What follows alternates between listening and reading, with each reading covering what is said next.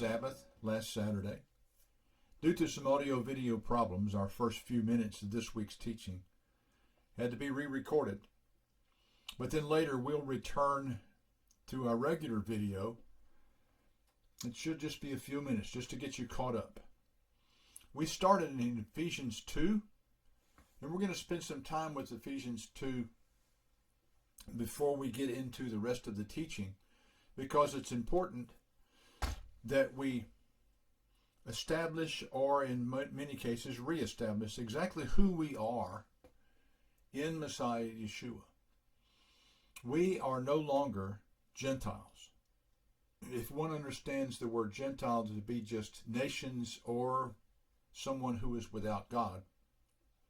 But let's just begin reading in Ephesians 2 and verse 11. Therefore, Paul says, remember that formerly, or before now, you, the Gentiles in the flesh, or the so-called uncircumcision, by the so-called circumcision in the flesh made by hands. Let's just stop there for a second. The Gentiles in the flesh, that would be those of us who are not born of a Israeli bloodline background, who were referred to as the uncircumcision. We were called that by the circumcision or by the Jewish community. But notice that Paul specifies the so-called circumcision in the flesh, which was made by hands. When we are inducted into the household of God, into the people of God, which we'll cover in a moment, there's a circumcision that takes place, but it's the circumcision of our hearts, which is not made by hands. That circumcision is done by God Himself. So let's just start there. That this is an accusation that's being made by the natural-born Jewish people against those who are not natural-born or the uncircumcised. And Paul is just simply bringing up the point that, verse 12, that we were at that time, we were apart from Christ. At what time? When we were Gentiles in the flesh, when we were uncircumcised. We were alienated from the citizenship of Israel and strangers to the covenants of the promise, having no hope, and we were without God in the world. Verse 13, but now, in Messiah Yeshua, in Christ Jesus, you, the ones who were once far away, have become near by the blood of Messiah. For He Himself is our peace, who made both one, both houses, or both peoples, if you will, the nations or the Gentiles, and the native-born Jews or native-born Israel. He's made both one and broke down the wall, the dividing wall of the partition, or the enmity between the two, and He broke this down in His flesh, invalidating the law of commandments and ordinances, in order that He might create the two in Himself into one new man, thus making peace. Let's focus for just a moment on verse 15, where Paul says that Messiah invalidated the law of commandments and ordinances. Sadly, too many people stop at the word commandments, and they assume that Paul is saying that Messiah invalidated the Torah itself, therefore making the Torah no longer applicable to those of us, or never applicable to those of us who are not born of Israel. And nothing could be further from the truth. You have to keep reading. Verse 15 again, invalidating the law of commandments and ordinances. These ordinances were the ordinances of men. This was not Torah. This was the traditions of men. So Messiah did not he didn't invalidate the Torah.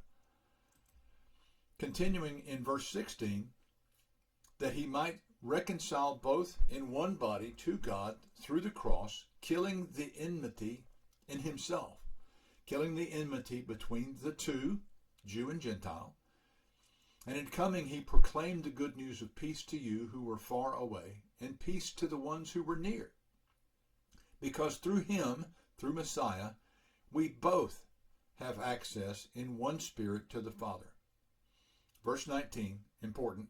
Consequently, so Paul's been building up to this point in verse 19. Let's back up to verses 11 and 12 right quick. So therefore, remembering that formerly or previously, before this, skip to verse 12, you were at that time apart from Messiah before we came to Yeshua, before we came to understand that Jesus is our Savior, and we were alienated from the citizenship of Israel, and we were strangers to the covenants of promise, having no hope and without God in the world. Now let's jump back to verse 19. Consequently, because of what we read in verses 12 through 18, what Messiah did, consequently, therefore, you are no longer strangers and foreigners, but you are fellow citizens of the saints and members of the household of God, built on the foundation of the apostles and prophets, Messiah Yeshua, Christ Jesus himself, being the cornerstone, in whom the whole building, joined together, grows into a holy temple in the Lord, in whom you also are built up together into a dwelling place of God in the Spirit. We are no longer strangers. Verse 19, we were strangers. Verse 12, that at that time, since you were apart from Christ, we were alienated. We were aliens from the citizenship of Israel. We were not citizens, and we were strangers to the covenant of promise. Verse 19, consequently, therefore, we are, because of what Messiah did, we are no longer strangers and foreigners, but we are fellow citizens of the saints. Who are the saints? The saints are the Israel of God. So we are no longer strangers to the covenants of promise or aliens in Israel. We are citizens of the household of God in verse 19. We are citizens of Israel. We are part of Israel. You're going to hear this repeated when we join our regular video shortly. We have not, I cannot stress this enough, we have not, those of us who were Gentiles, who have now come to Messiah, we have not replaced Israel. We have become part of Israel, and we'll explain this more as we get into this week's teaching. And so let's join this week's teaching now. We'll pick up basically here in verse 22 in Ephesians 2 and begin the rest of our teaching. We haven't replaced Israel. The Israel of God has always been about faith. It's always been a matter of faith. By faith, they put the blood on the doorpost. By faith, they came out of Egypt. By faith, a mixed multitude met at Sinai. By faith, they crossed the Red Sea. It's always been by faith. For us, it's by faith also. But we are now part of the whole house of Israel. Jana read Ezekiel 37. We're going to study that one of these weeks. The whole idea of the two houses of Israel. How that there were two sticks that the prophet was supposed to take. One was for Judah. One was for Joseph or Ephraim, which were the two separate houses of God. And God made those back into a single house. So we are part of Israel. Today, we're going to take a little bit of a turn, but what we have to remember is this part. I want you to, throughout this whole study today, remember this part, that you are no longer strangers and foreigners, but you are fellow citizens of the saints and members of the household of God. The household of God is those who, by faith, have entered into the covenant of God. Did you get that fixed? So we're taking a turn. We're just going to I might get a little off script today. That's going to be all right, because and I'm going to blame her. Because it is the time of the year that it is, it's important for us to discuss something that is near and dear to most folks' hearts and can be tough to deal with. So we're going in a different direction this week. We just established who we are. Who are we? Come on now, y'all were just there. Say it again, Steve. People, we're part of Israel. We're part of Israel. Exactly right. I am your brother now, just as sure as if I had been born into your family. Right. I am your brother now by the blood of Messiah. We are part of that line of people. So we're going to look at something that's going to be a bit emotionally challenging. You okay with that? You good with that? For many of you, it's going to be like a review. B's good with that. For a lot of you, you're going to see us later on the video. It's going to be like a review. I know for my brother John, a lot of this will be a review, but hopefully you'll get something out of it too, brother. Some who watch the video later will not be sure about what we're talking about. No, they'll know what we're talking about. But we're going to say some things today. We are going to say some things today. They're going to cause some folks that are going to watch the video later either to write letters or put questions in the comments about who do you think you are. But it's important that we talk about these things, especially as Messianic believers. We cannot, last week we studied the word syncretism, remember? And what does syncretism mean? Mixture. Mixing things up. And if you're mixing up your theology, then you can't depend on your theology because it has holes in it. Syncretism is something that has entered not only into Judaism, it's also entered into the church by the truckload.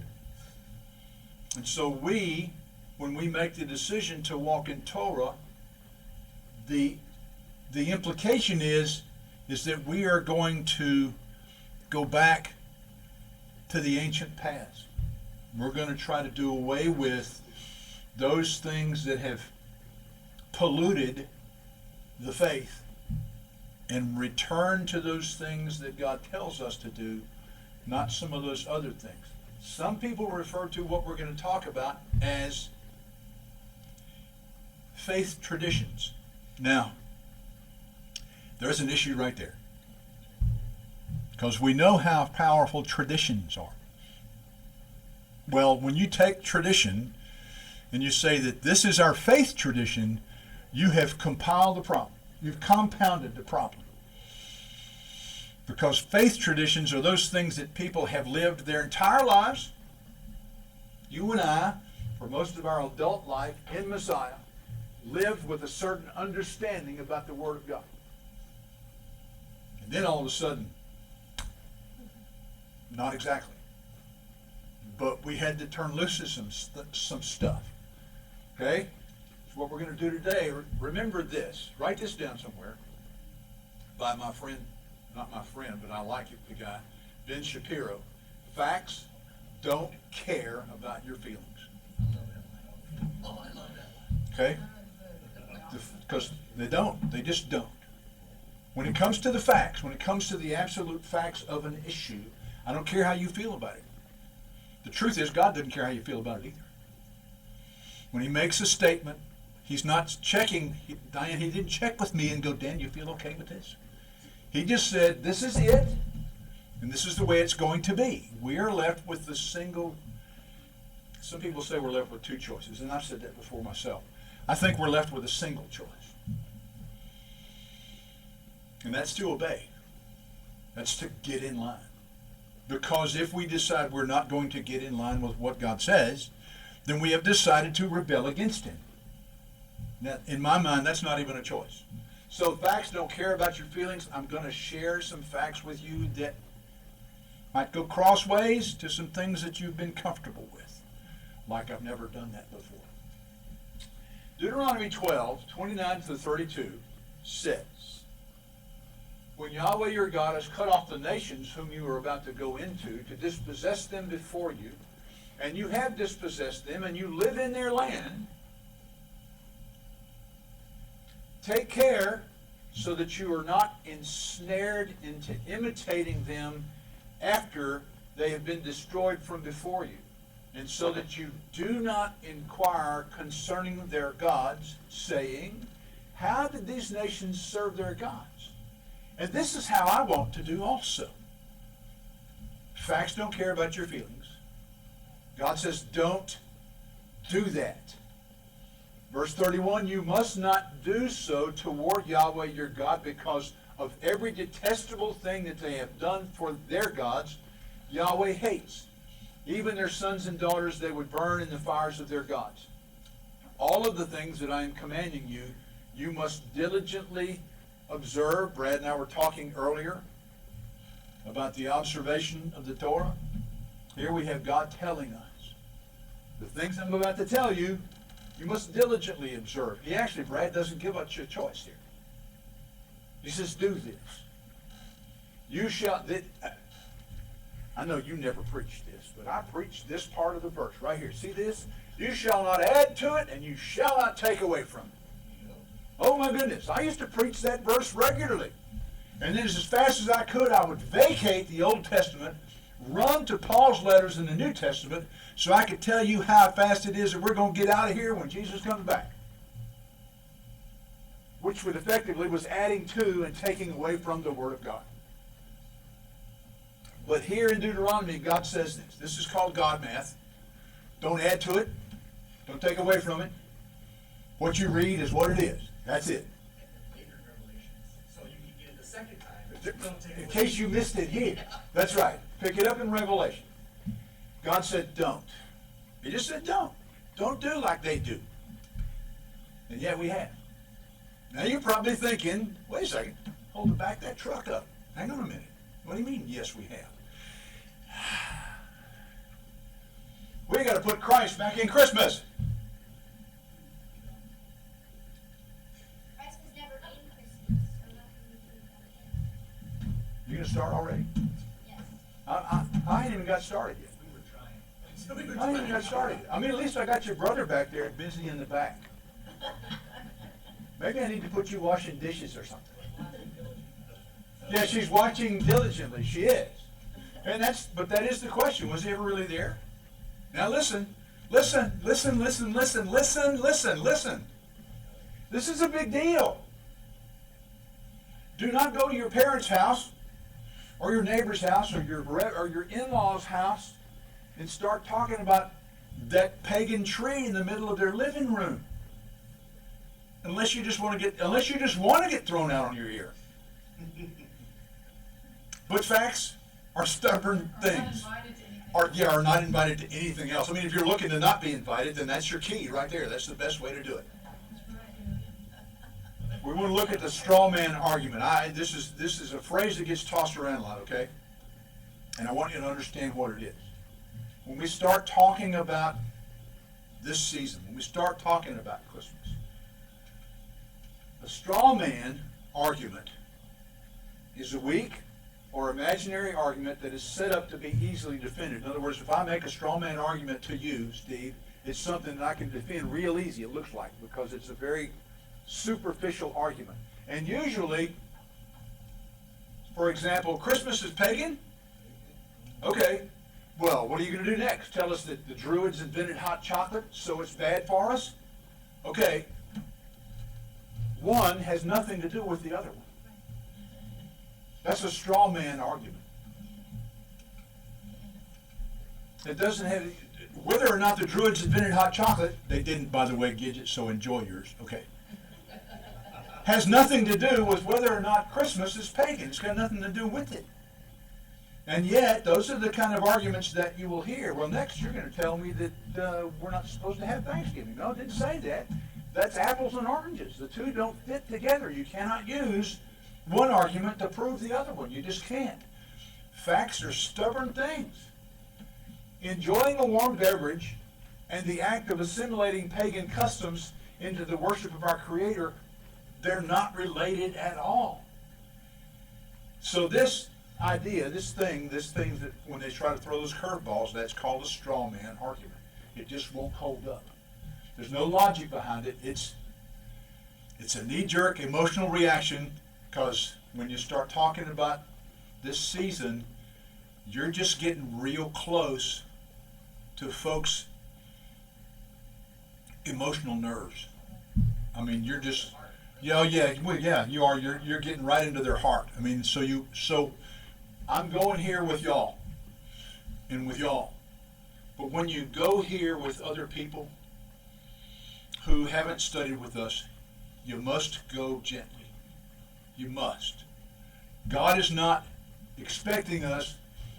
I got this shirt too. God is not expecting us to go over to our relative's house and take them all off at the knees on Christmas Day because we're quoting Jeremiah chapter 10. Okay? Don't do that. Instead, go and enjoy them. Enjoy that time with them. Love on them. Fellowship with them. Eat everything except their spiral cut ham that they're going to have on the table. Okay? And their green beans soaked in bacon fat, but eat everything else. Have a great time. Eat their pumpkin pie and their pecan pie.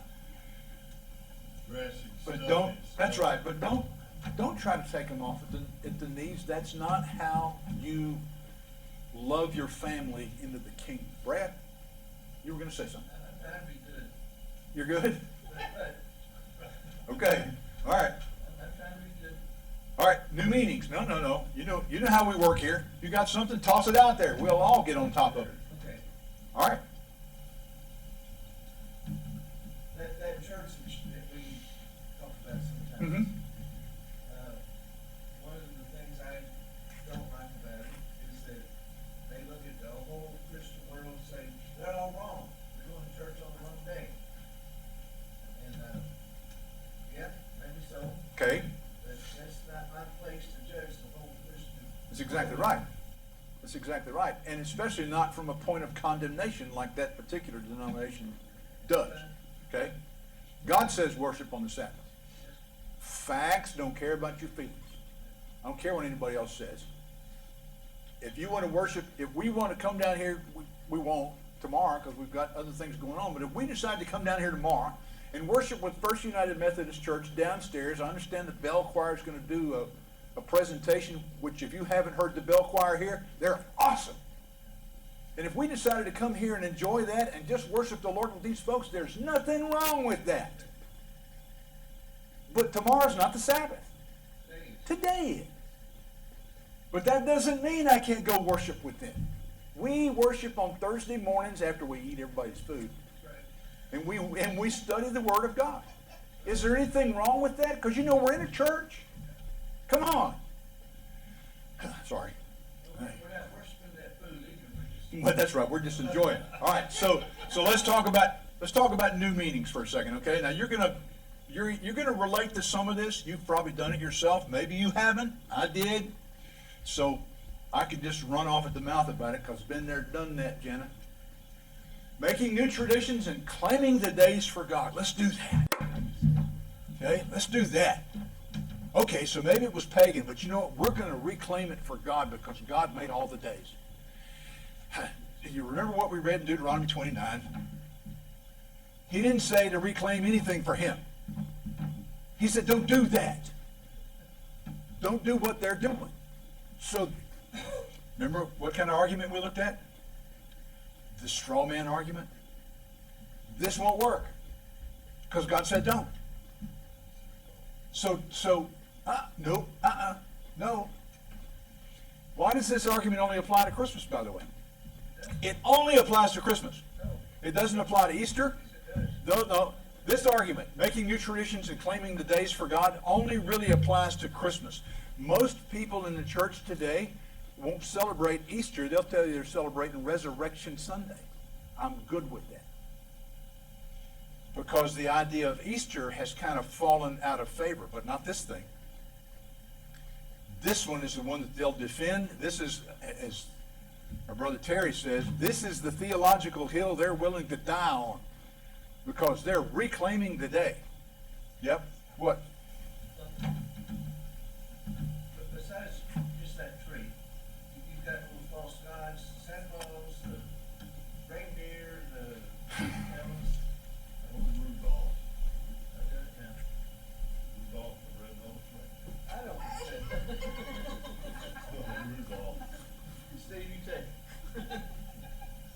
Don't steal my thunder. Anyway, the question is, why does this argument only apply to Christmas? Why is it that there? Remember where we started off. Let's put the Christ back in Christmas. This is the strong point. This is the stronghold, and it only applies here. There it is. Why don't we take Buddhist symbols and try to infuse them with Christian unity? Or Hindu symbols. You know, like Krishna. Why don't we turn Krishna into Kristen? No. That never happens. Matter of fact, you'll make people mad if you suggest we do that. When you start messing with this thing, it's a whole other ballgame. There's a reason behind that. Hindu symbols, I just talked about that. Or Wiccan symbols. What about upside down stars instead of a star of David on the top of that? What about an upside down star? That's a Wiccan symbol, but aren't we reclaiming it for God? No. Deuteronomy 29. Don't do that. Don't do it the way that they do it. Just don't do that. And yet we do. 1 John 3 and verse 4. Everyone who makes a practice of sinning, I don't know about y'all, but I never found necessary for me to practice how to sin. I just seemed to be born with the knowledge of how to do that and was pretty good at it. There she goes again. Anyone who makes a practice of sinning also is practicing what? Lawlessness. And sin is lawlessness. What does lawlessness mean? Transgression of God's law. What? Could we call it Torah-lessness? A forsaking of the Torah? So sin is going contrary to the Torah that God gave us. Is that pretty fair? Am I pretty solid on that? Y'all go along with that? Or the transgression of the law? But which law is it we're not supposed to transgress? Which law? Is it the laws that Jesus gave us? You know, they asked him, what's the greatest commandment? And he gave us those two new laws. Y'all paying attention? You still here? Did you go home? He was quoting Deuteronomy and Leviticus. He was quoting the Torah. He didn't give us new laws. He was reminding us to keep these. So all the lawlessness that John is talking about is specifically the breach or the lack of walking in Torah. The Council of Nicaea, everybody know who this is? Everybody's familiar with the Council of Nicaea? Y'all familiar with the Council of Nicaea? Now, in the Council of Nicaea, we're going to cover it in just a second here, but after the Jerusalem Council is the council that you read about in Acts 15, where Paul came back and they were trying to decide what basic commands to give these new believers, and they came up with those 4 items. Stay away from sexual immorality, things strangled, don't drink blood, and don't eat meat offered to idols. That was basically the 4 things. Well, that was the Council of Jerusalem. After Messiah had already ascended, obviously, at about 270 years after his ascension, so the church is still relatively young, Constantine convened a council of bishops in the city of Nicaea. 325 AD, convened by Constantine. Its purpose was to unite a divided Rome under his rule. I've often said Constantine, although God used him, God also used a jackass, put that aside. God used Constantine to stop the persecution of the church. Because Diocletian, Caligula, Nero, all those folks were killing Christians left and right for any reason. Constantine came along, put a stop to all of that, so God used him to save lives. But then Constantine got stupid because he was the emperor and decided, wait a second. Look, I got people that believe in the Roman gods. I got people that still believe in the Greek mythology. I got this new bunch of knuckleheads over here called Messiah believers. I got pagans. I got pantheists. I got all this. And I'm in charge. And I got to figure out a way to bring them together. And that's what the Council of Nicaea was all about. It's considered a church council, but it was all about how do we make everything palatable to each other so that we can all get along. Oh, what? A lot of compromising going on at this point. Compromising by direction. Because the following issues were mandated by the Council of Nicaea. This is important to remember because it's going to come into play later on, okay? Biblical Sabbaths were removed. The appointed times of God were removed. The dietary instructions of God were removed. It all took place in 325 under Constantine. In other words, the anti-Semitism of the time, which still was alive and well, even though the Redeemer of the world is Jewish, by the time of Constantine, anti-Semitism had grown again. Let's be objective for a second because facts don't care about feelings. There was the Barcock Rebellion in 132 of the Common Era, which is where basically all of the Jews were kicked out of Jerusalem and Judea and all of that. And it was a terrible time because of the rebellion that took place and the way that the Romans put it down. And so there was just bloodshed everywhere. As a result, it just fed the anti-Semitism. Now, by the time of Constantine, he's in this place where the boss, Constantine, can make sure that we get our agenda going. Remember, politics, he's got to get these folks to compromise so we can get everybody to get along okay. And the first thing he identifies is these things. So, Sabbath is removed, and it got replaced by what? Sunday. Everybody will worship on the day of the sun. Matter of fact, it was mandated you will work on the Sabbath. You will not take off. It was mandated you will eat pork. You will eat pork. You'll have that spiral ham on Sunday afternoon, dinner on the grounds. You will not keep the appointed times of God, but you will keep the new holidays that Constantine is going to come up with. So, this is taking place at the Council of Nicaea. You have a lot of folks, well-meaning folks today, teachers in the church historians who sing the praises of the Council of Nicaea. The Council of Nicaea is where we get the Nicene Creed, which if you read the Nicene Creed, it's like, wow, that's powerful. The problem is that behind the Nicene Creed, there's all this going on. The church is being cut loose.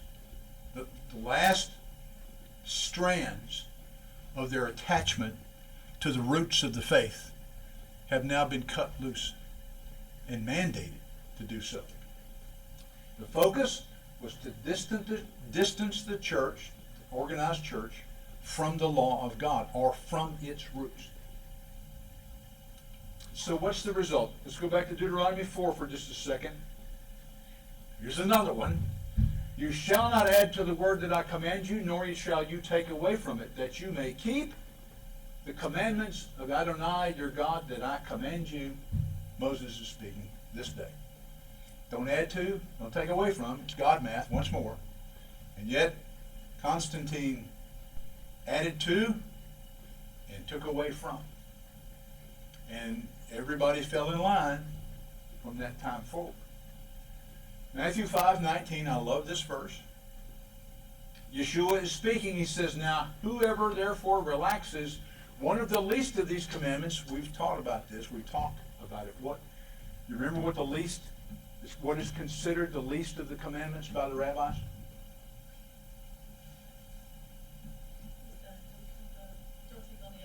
Exactly. Don't take all the eggs out of the mother's nest. Make sure you leave her an egg so that she can still have progeny. Okay? That's considered the least of the commandments. And Yeshua is saying, whoever relaxes even the least of these commandments and teaches others to do the same will be called least in the kingdom of heaven. But whoever does them and teaches them will be called great in the kingdom of heaven.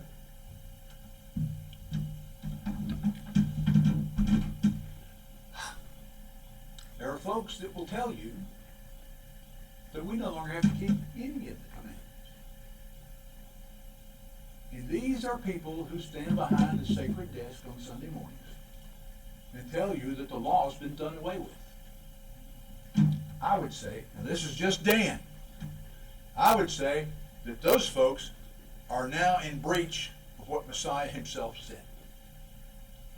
Doesn't mean they're out of the kingdom, because he doesn't say in here, you're out of the kingdom. You're out. Doesn't say that. He says you're going to be called least in the kingdom. I've also heard well, at least I mean it. Yeah. That's the argument. You're just gonna have to- You probably received that Yep. many times. You're just going to have to go back to school. Yeah, I mean, that's. Because Isaiah says from Sabbath to Sabbath, they're going to come and worship me in Jerusalem. You better learn this now. Or here's what's going to happen. If you don't learn it now, all those Dr. Fuzzy Faces, all those Dr. Fuzzy Faces are going to find themselves learning from her because she has kept the Torah. And she'll be teaching all those folks that have been in the church all their life how to keep God's Torah because they neglected it, correct? That's okay. Come on. Moses, when he was, had the people going across the wilderness and all that, Mhm. a statement was made that you shall not enter into my rest because of the stiff neck and all that. Hebrews says that, yeah. So how does that apply with this? Well, this has got nothing to do with whether or not you enter into his rest, again, because Yeshua didn't say you're out. He said you're just going to be least in the kingdom of heaven. Now, once again, well, the children got in because they weren't part of the rebellion that took place when the 10 spies came back, okay? But those folks that caused all that rebellion, they were never in. Remember, it's always been a matter of faith. The writer of Hebrews talks about that specifically. They didn't enter in because of unbelief. That's why they didn't enter in. What I'm talking about with Victoria being a teacher of the Torah later is because she has not taught that the least of the commandments are no good. She cherishes all of the commandments. Those who teach that the least of the commandments are done away with will be least in the kingdom. Those who keep the commandments and teach others to keep the commandments will be called great in the kingdom of heaven. It's our choice. I don't know about you. I like the idea of being considered great in the kingdom of heaven, regardless how people think about me now. Because when we get there, all that matters is what he thinks about me. But Matthew 4:4, but he answered, he, Messiah, answered and said, it is written, man shall not live by bread alone, but by every word that comes from the mouth of God. Taught this as if it was a new law.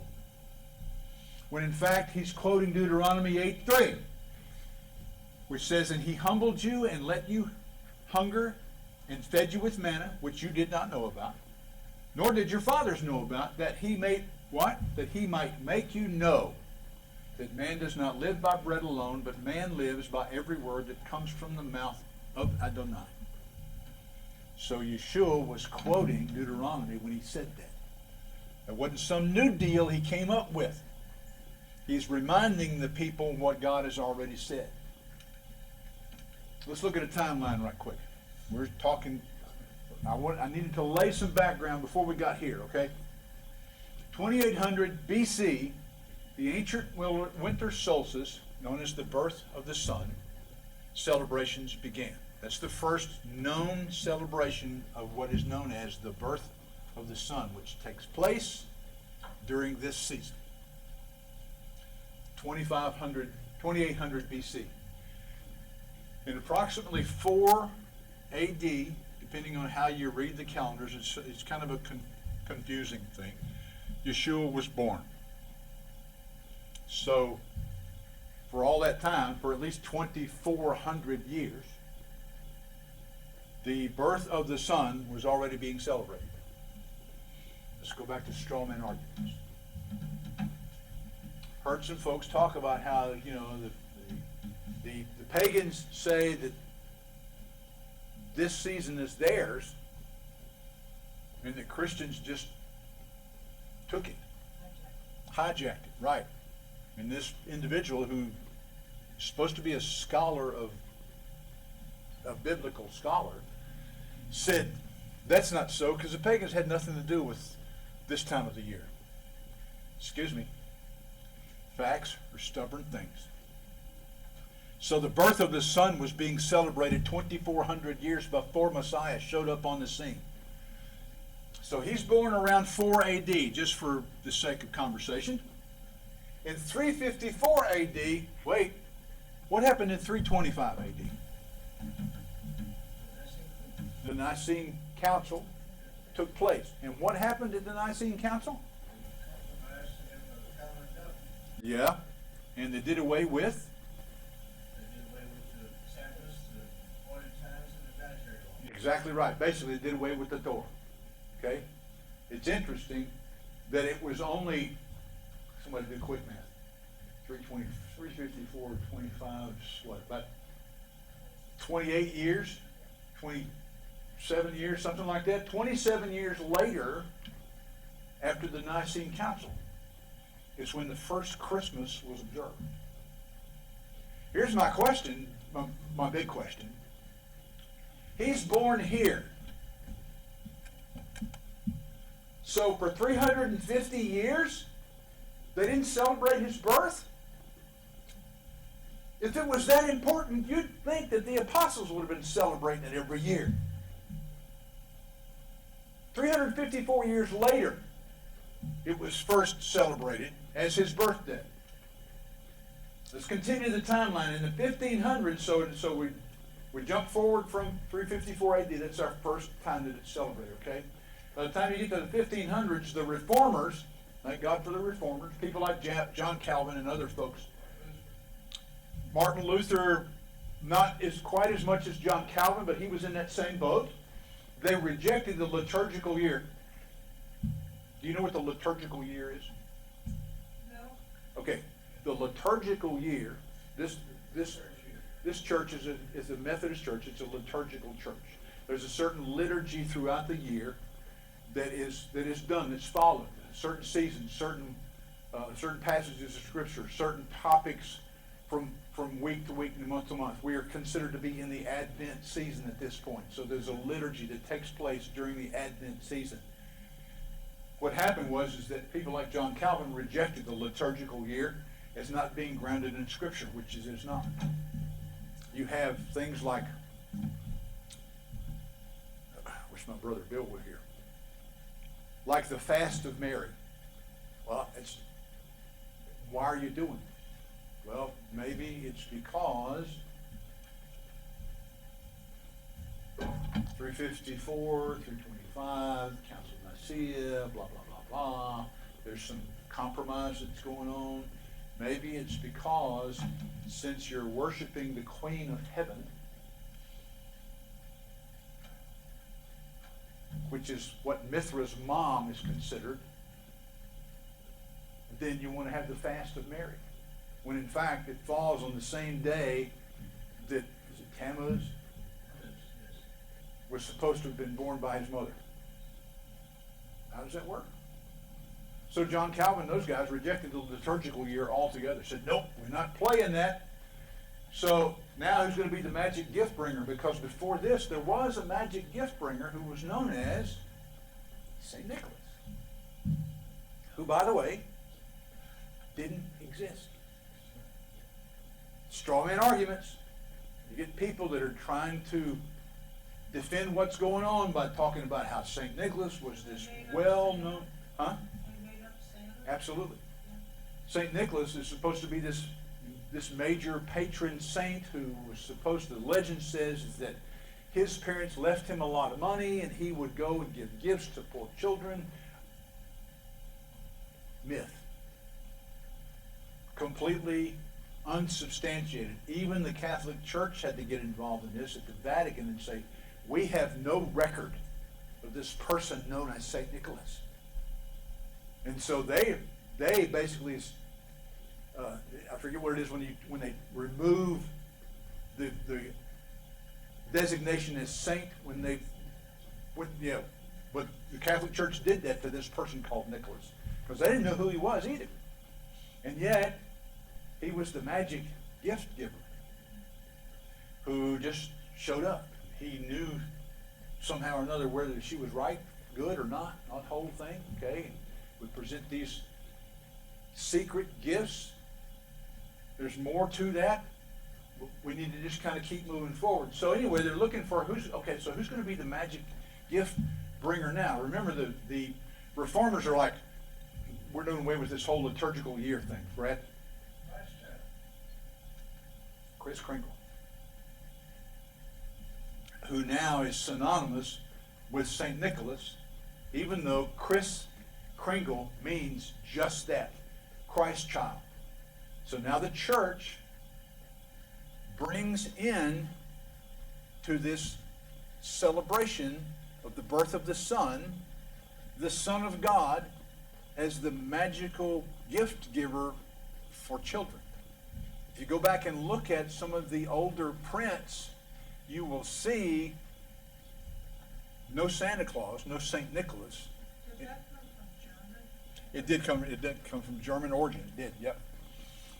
Because John Calvin, who was like the first Presbyterian and was predominantly in Germany, Switzerland, I think, but the Nordic nations, okay? So yeah, Chris Kringle comes out of that, and that literally means Christ child. So he becomes the magic gift bringer. Blasphemous. Huh? It's blasphemous. You said that, I didn't. I mean, I could have said that, but that's why you have the Christ Mass. It's not Christmas, it's the Christ Mass. That's how it originated. Mass come from anyway. That would, yeah, which is, that's a whole other topic, okay? All right, in 1600s, England and American colonies, Christmas is outlawed. Wasn't even allowed here. Now see, when you hear people talking about, we've always celebrated Christmas.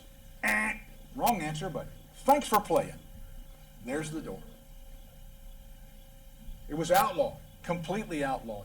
You're not going to do it. Matter of fact, the Puritans and the law keepers of the day made sure that you were open on the 25th of December, that you didn't take the day off, and if there was garland or greenery hanging up on your business, they pulled it down. It was not allowed at all. Why? Because the Yule season was an orgiastic celebration. People were just drunkard, cooter brown, all out in the street, burning stuff up, sporting with one another in a way that shouldn't happen out in the street. I mean, it literally was a sexual brouhaha. So you're saying that the Puritans were Scrooge? No, I'm saying that the Puritans were standing firmly on the Word of God, but nice tongue in cheek. In the 1820s, St. Nicholas, remember that guy? All of a sudden he comes back as Santa Claus, which kind of becomes this whole mixture of the Chris Kringle character, the Saint Nicholas, Santa Claus. It all becomes Santa Claus. He comes back. That's in the 1820s. Remember, we got to have this magical gift giver. In 1821, remember, right here, St. Nicholas comes back in the 1820s. In 1821, the Night Before Christmas poem is published for the first time. Now think about that poem. It's a cute poem. In fact, my mom used to read it to me every Christmas Eve. It was a cute poem, and I was like, wow. Mom, we don't have a chimney. What's up? Because the houses along Collins Street, up there by the college, don't have chimneys. They got little steam pipes. And she said, faithfully, oh, he'll come down that. The little head wasn't working that. I couldn't work through that, okay? But this starts that whole idea, because it's a wonderful little kid's poem, starts that whole idea about the 8 reindeer, which represent the 8-legged horse of Zeus. The chubby little guy that's always old, Zeus and Odin are always, they're the only two deities that are always presented as old men, always. Old men with beards, always. So who is St. Nicholas? I didn't say it. Y'all can just kind of connect the dots for yourself.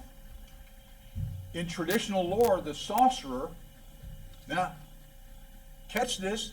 Remember, the night before Christmas is all about this jolly old elf who comes down the chimney to provide gifts to the kids.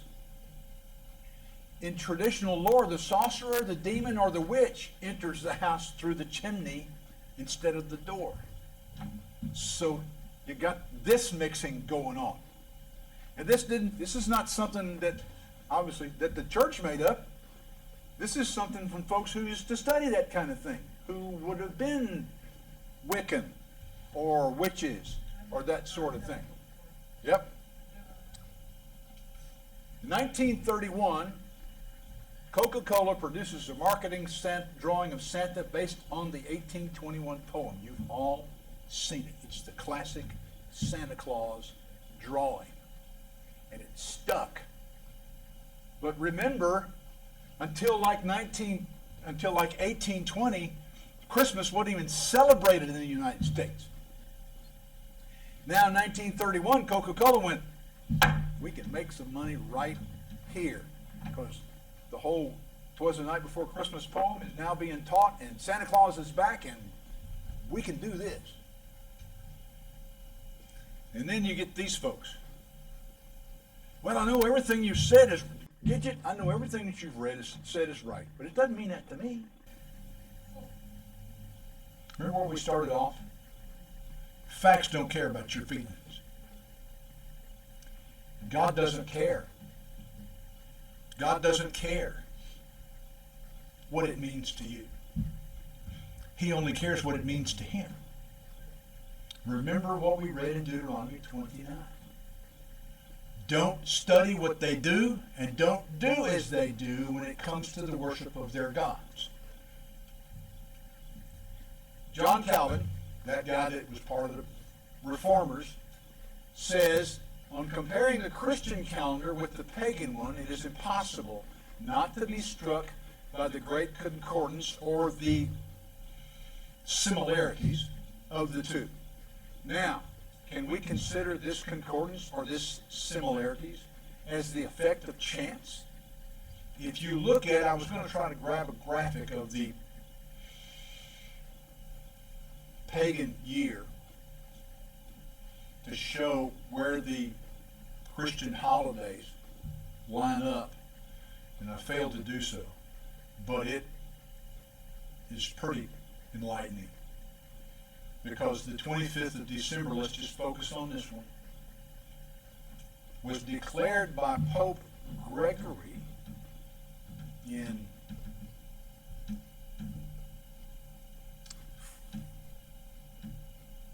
400 something. I might not have my dates right, but it was declared by him to be the winter solstice, which means it was to be the birth of the sun, which is the whole reason for the celebrations that we talked about in 28 BC. It was the birth of the sun, because this time of the year is a very dark time of the year. Yep, that's it. But I can't put that up there, so, but thanks, yeah. We call it the Yule season. Well, you have the Yule log, and everybody's like, yeah, we need to burn us a Yule log. If you've invited that into your house, you have invited into your house something that's a pagan origin, that's witchcraft. Wow. And yet, we were raised with it.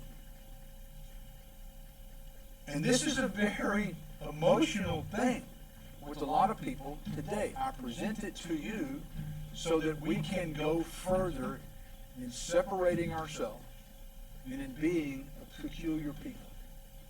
Me and that one haven't celebrated Christmas in over 20 years. I don't miss it at all. I miss the opportunity to fellowship with family that it usually circled, it was usually a focus of that.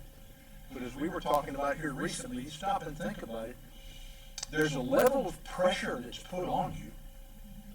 If you don't participate in the Christmas party at your workplace, I mean, there were folks that gave her gifts, and the whole thing was, all of a sudden, was this pressure, self-imposed, but this pressure of, oh man, I need to get Diane something because she brought me something.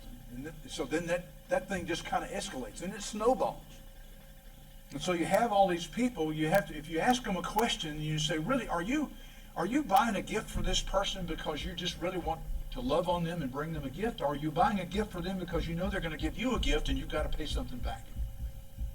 And so it becomes that whole pressure thing. Carol was talking earlier about how you during this season, there's this buildup. And then all of a sudden, the day after, it's over. And there's this super letdown. Did you know that this season is the highest suicide season in the year in the United States? Why? This is supposed to be the season of joy. What? It's a deception. Did you hear him? He said it's a deception. I think you're correct, because it's a spiritual stronghold. Well, let's make sure we get that right. Okay? It's a spiritual stronghold. The adversary of our souls does not want you to cut yourself loose from this, because usually this is the last thread that he has a hold on. And if you cut loose from this, you have unburdened yourself from a lot of stuff. Let's keep going. Can I take a picture? Of course you can. And I know that video won't pick it up because I'm not near the. That's why you got to come up here. Gotta come up here, but it occurred to me when you were saying, you know, you kind of look a little bit like a curmudgeon if you don't celebrate Christmas, especially You Scrooge. Yeah, you're a Scrooge, because you know people think, oh, it's about Jesus, but I wonder if we invited people to celebrate the birth of Jesus at the Feast of Tabernacles. That's always Which kind is of when he was born. That's always kind of lonely, because people don't want to celebrate the birth of Messiah. Because if you say, "Hey, it's at the Feast of Tabernacles," that's when we celebrate the birth of Messiah. They're like, "Huh? I don't want to do that. That's old stuff. That's Jewish stuff. That's Right. like far Right. back in the Bible. We celebrate Jesus' birth at Christmas." Well, no. If you really want to celebrate Jesus' birth, you would do it at Tabernacles. But how much resistance do we get Oh my goodness, yeah. when we invite people to celebrate the birth then, or Emmanuel, God with us?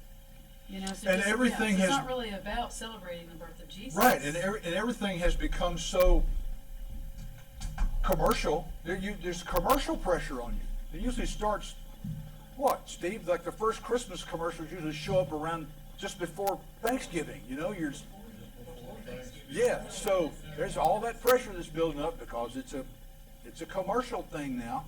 It's always been. It's never been about him, ever. Now, let me just tell you, because I had wonderful parents of blessed memory who faithfully read the account in Luke every Christmas morning.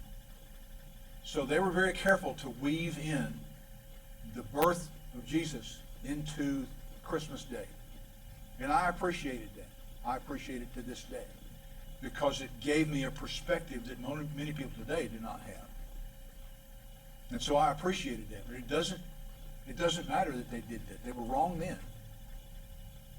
They're wrong today to try to call this a celebration of his birth.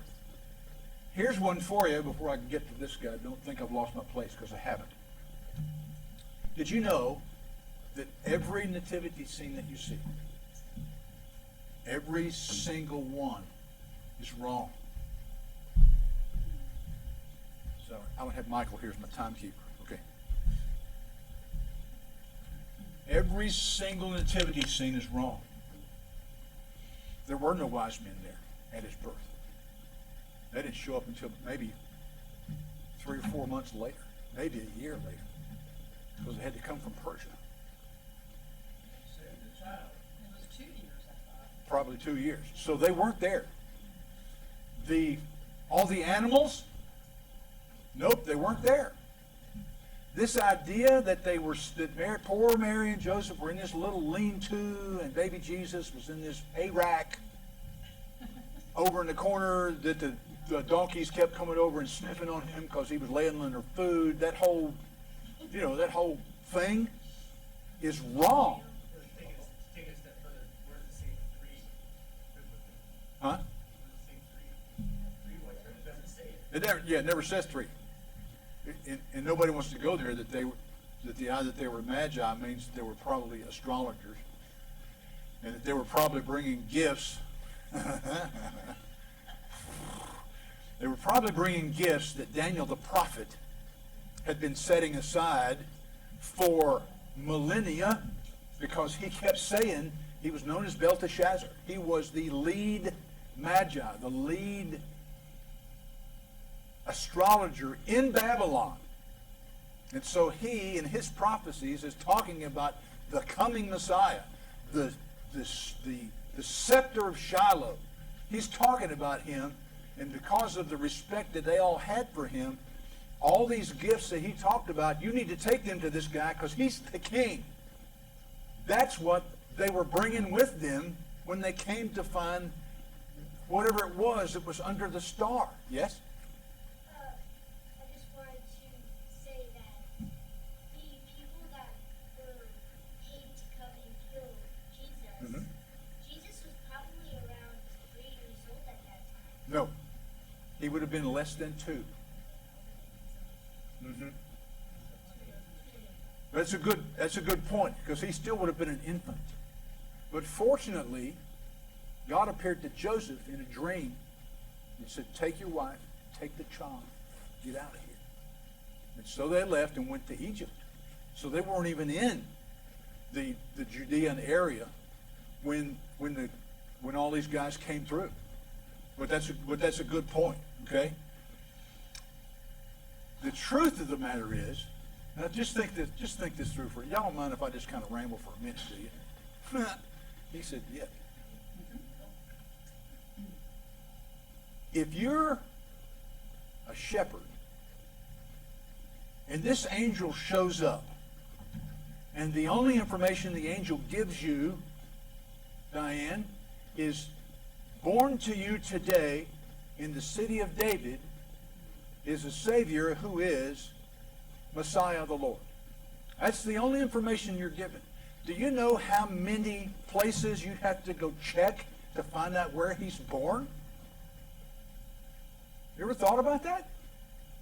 Because we had this idea that these are just stupid shepherds.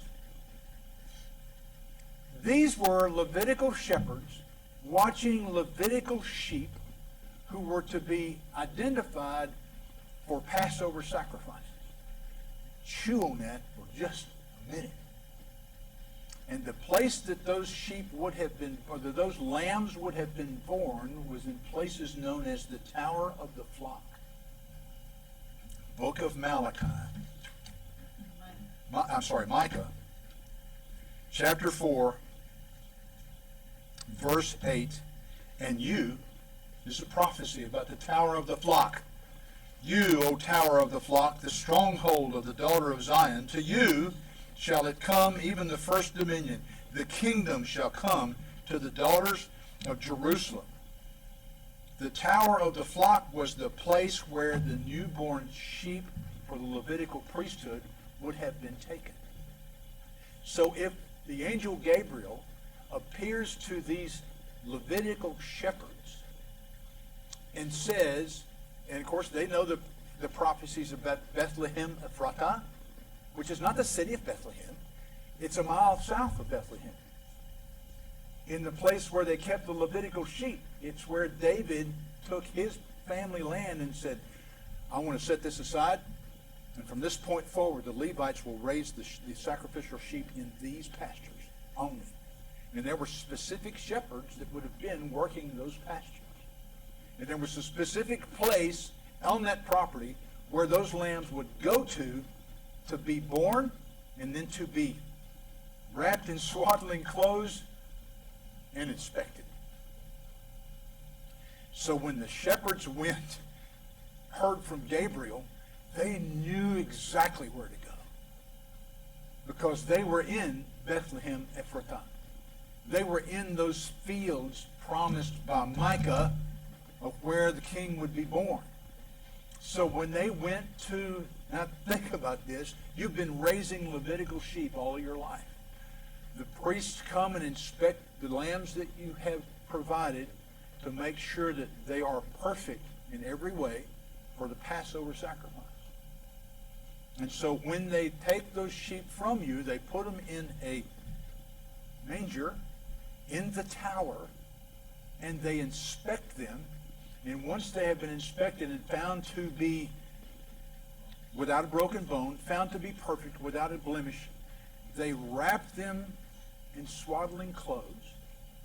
And that is how they take them to the temple, so that they won't be broken or bruised on the way.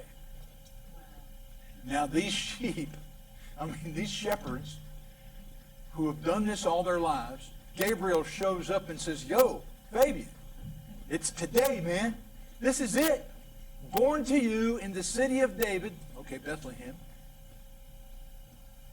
"the Savior, which is Christ the Lord." These guys had heard the prophecies all their lives. They knew Micah. They knew about the Micah prophecy in the Tower of the Flock. They knew that David had set aside these properties for raising the sacrificial sheep. They knew where to go. And I got this idea, this is just Dan, but I got this idea that probably the shepherds are probably looking at you and going, "Steve, you don't think.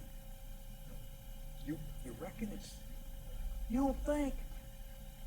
And so when they went to the Tower of the Flock and opened the door, and there's this child lying in this inspection manger, wrapped in swaddling cloths, just like the Passover lambs would be. They knew. But that's how they knew where to go. Otherwise, they'd have been looking in hundreds of houses for this kid that was born. How were they supposed to know? Because they knew what Micah said. So all of the nativity scenes are wrong, but they're cute. And we developed them because we lost track of the roots of the faith. Because we didn't study these prophets, what they said, how they said it, what the culture was of the day. Thank you, Constantine, for that separation and opening that door. Okay. How do I handle this? What? Yep, exactly right. Something else to add to their tradition column, because it makes us all feel good. So we set up our creches on our mantelpieces with the little cotton snow and all that kind of. First of all, it wasn't snowing because it would have been too cold for sheep to give birth and all that. See, none of it works. It couldn't have been this time of the year because it's cold this time of the year in Jerusalem. All right, stepping away from this celebration does not happen easily. Y'all know that. I'm telling the folks online with us that it doesn't happen easily because it's entrenched. If you're older than 40 years old, this thing's got a root in you that is tough to pull out because we were raised with it. And it's supposed to be a wonderful season. And it's an important season. And it's a joyful season. We get a chance to give gifts. Just like God gave us his son. Straw man. One's got nothing to do with the other. Coca-Cola wants you to buy those gifts so I can give them to Diane, but it's got nothing to do with the King of the universe coming to redeem me. Oops. Sorry, Brad. Just slipped out. It's ingrained in our culture. So what do I say to others? This is kind of where we really needed to go. How do we approach this? Steve, what do we say to somebody else? Don't go quoting Jeremiah 10. You know what Jeremiah 10 is? Let's go there. Some of y'all, I know. What else does it say? Specifically? Yeah, it's pretty specific. It talks about, hang on, let me just get there. Jeremiah 10, hear the word which Adonai speaks to you, house of Israel. Thus says Adonai, here we go again. Do not learn the way of the heathen, and be not dismayed at the signs of heaven, for the heathen are dismayed at them. For the custom of the peoples are vain. Oops. For one cuts a tree out of the forest, which is the work of the hands of the workmen with the axe, and then they deck it with silver and with gold, and they fashion it with nails and hammers, that it won't move. They are upright like a palm tree, but they don't speak. They need to be carried because they can't walk. Don't be afraid of them, for they cannot do evil. They also can't do any good. For as much as there's none like to you, Adonai, you are great, and your name is great in might. In other words, you can't compare that to him. Jeremiah 10 is specifically talking about that. Don't do that. And I'm telling you, don't go to your relative's house spouting off Jeremiah 10. Because you're not going to be able to share the truth with them when you're doing that. They're going to shut you down, just like I did. They will shut you right out. They won't hear a word that you're saying. You have to find a way to present truth to them with absolute compassion, and that is how progress is made. Plant seed, but allow God to bring the harvest in. Remember, if you just plant a seed, find something that you know that you can utilize, that you can share with somebody, and use that as a seed. And just plant that. Nothing more. Don't argue about it. Don't try to make your case about it, because facts don't care about your feelings. Facts are stubborn things. Challenge that person to go and study it for themselves, just like I'm going to challenge you. Let God bring the harvest in. Because if you start talking to them about the questionable origins of Christmas, and they don't immediately turn to Torah keepers, don't get dismayed, because that's not your job. Your job is simply to plant seed. His job is to bring in the harvest. Red, you were going to say something?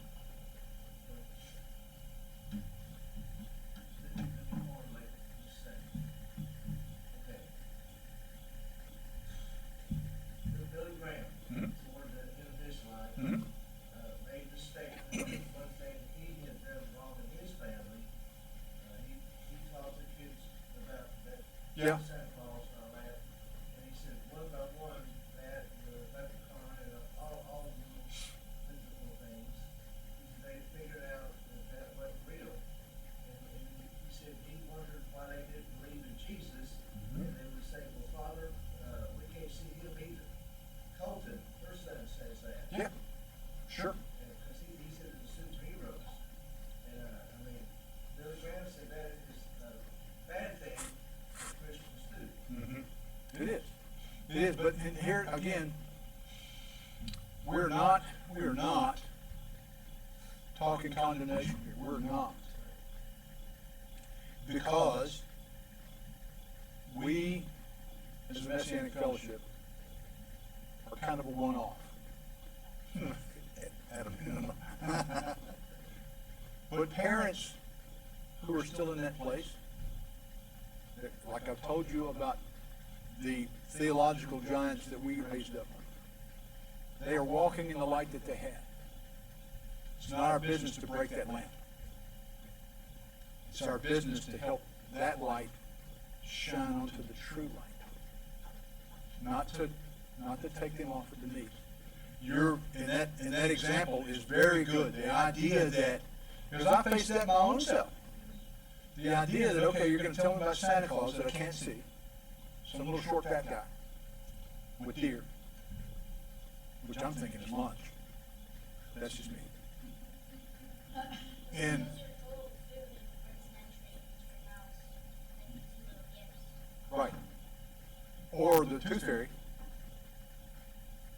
All those things that are fictitious, and then you take me to church on Sunday and teach me about some God, sorry, gotta go here, some God who killed his son so that I could become his son. Wait a minute.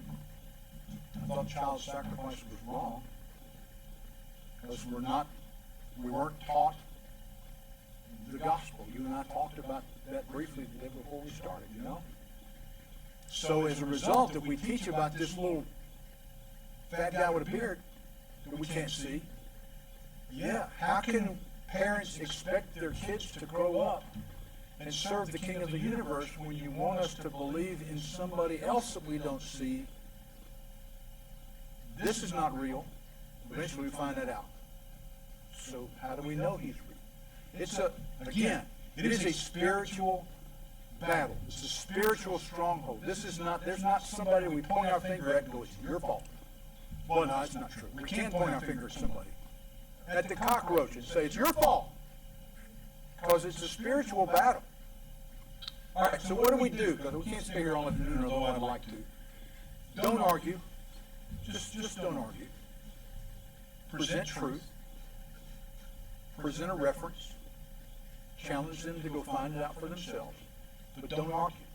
Because nobody ever wins an argument. Ever. Just present the facts. So, here's the big question for us, for you, for everybody. This is the question that has to be asked. It's the question that needs to be asked. And it's the decision that's got to be made. Is Christmas wrong? Yes. It didn't take you long. You've got to make up your own mind, but that is the beauty of a child who's been raised in Torah. I wasn't raised in the Torah, so I struggled through that question. Okay? She's raised in the Torah. He's raised in the Torah. They already know. Well, we actually know he found light. Yep. Yeah, when you were like that, Dave. You must make up your own mind. The reason I say that, the reason I say that is because you must make up your own mind, Brad. I think this and the fantasy part is very wrong, but John said it in this gospel, the way the world can know that we're Christians is by our love for one another. That part of it is not wrong. Absolutely not. But that straw man, one has nothing to do with the other. How we love others has nothing to do with whether or not this is wrong. Not only that, but a lot of times we're trying to straighten out people who don't even know Yeshua I was yet. waiting for somebody to say that. They don't even know Jesus. Right. That's true. What's the use of that? Exactly right. Yeah, because if you go to somebody that doesn't even know him, and you start trying to yank their Christmas tree down, you already lost the battle right there. Yeah, I love that phrase. You got to defragmentize them. You got to little by little. You got to just pull little bits out at a time, because everybody's not going to jump into the pool like we did. They're just not. Most people are involved with the commercialism of it. Yes, And not a religious aspect at all. Yep, yep. This Ten Commandments, there should be no other gods before me. Pretty clear. But that's law, though, just like grace. Right. That's right. Yeah, we're under the law. We're under grace. Right. It becomes the straw man. Yeah, because they don't understand. And of course, it's not 10 Commandments. It's 9. Don't have time to go there. And then the two Jesus left. Right. I challenge you to do your own research. What I have shared with you here today is research I did. But I can tell you where to go find it right quick. 119 Ministries. Go to 119 Ministries, either YouTube or on their website, and look up, I think it's a Christmas story or the truth about Christmas, something like that. They've got that one, they've got others, and they're not the only one who have this information. But do your research. You are obligated, as a child of the King, to do your research. Busted. You may think it's safer not to research this issue. A lot of people do, because they don't want their vote rocked. Once again, I've told you this story before. Someone who we know, y'all might not remember Reggie White, former football star. This guy was huge. He was a monster.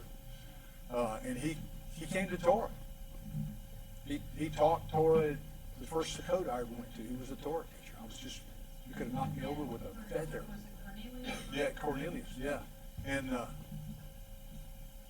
he was so concerned about an individual who had a ministry that he took him a lot of information, a lot of research in a box, took it to this person.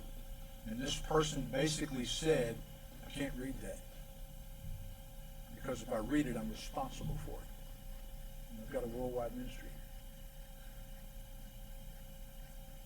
So there's going to be some folks that are not going to be willing to research this, because it's easier not to. Because, not taking into account those folks who don't even know the Master yet, if they know the Master and they start to research this and they think that there's something wrong with doing this, they don't know what to do next. Because they're not keeping the appointed times.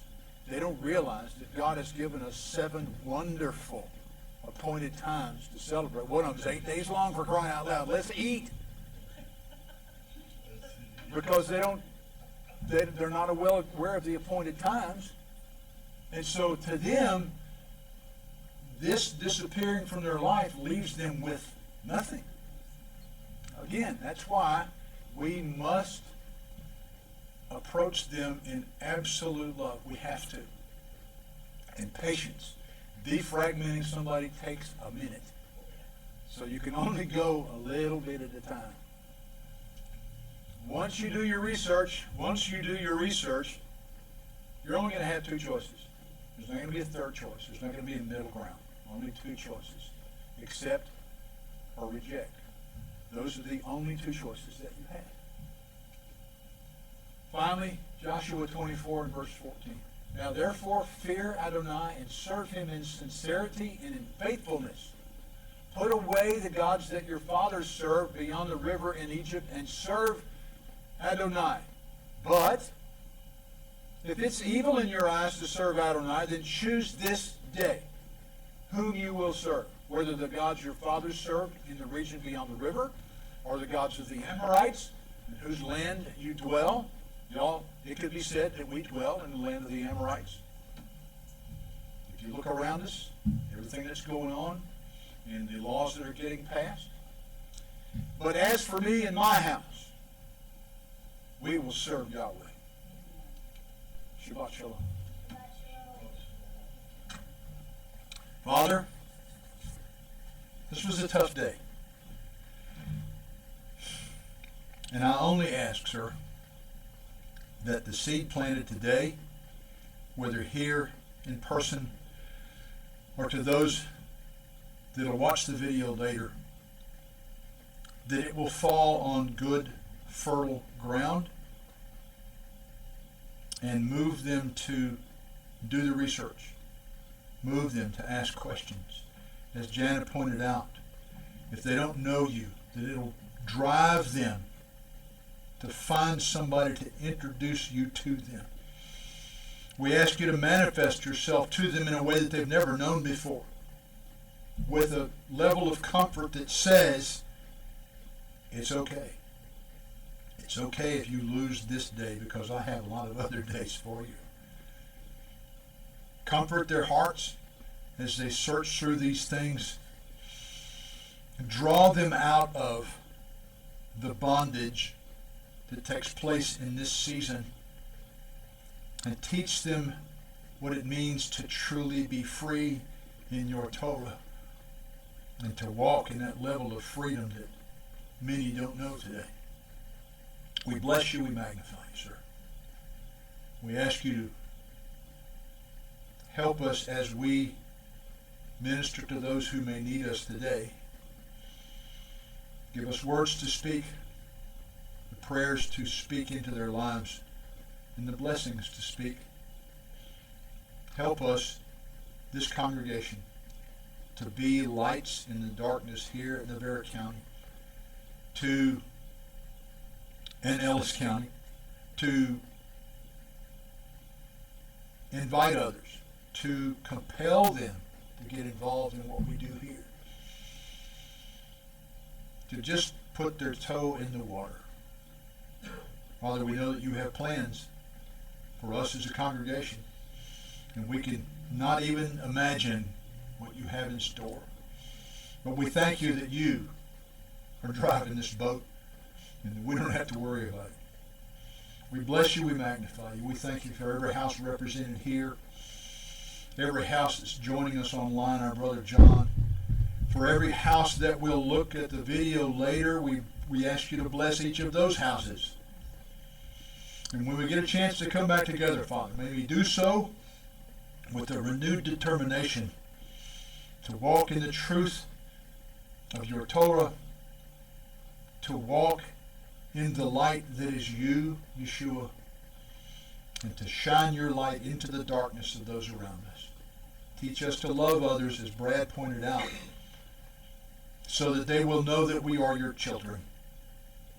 Help us to never walk in condemnation or a judgmental attitude, ever. Teach us to be like you, Yeshua. That is our prayer. We thank you again for the day. We ask these petitions in the name that is above every name, in the name of Yeshua our Messiah. And everyone said, Amen. And so we will do priestly blessing. I think. Yep.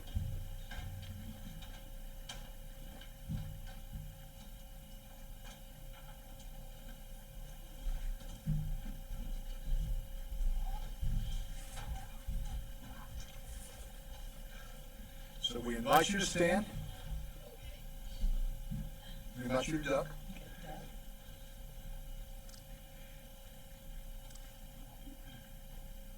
Yebaraka Yahweh v'yishmereka, Ye'er Yahweh panav alecha v'yichunecha, Yisah Yahweh panav alecha v'yasim lecha, Shalom. Now may Yahweh bless you and keep you. May he make his face shine upon you and be gracious to you. May he lift up his countenance upon you and give you his shalom. In the name of Yeshua, the Prince of Peace. Amen. Amen. Shabbat shalom. Shabbat shalom. Shabbat shalom.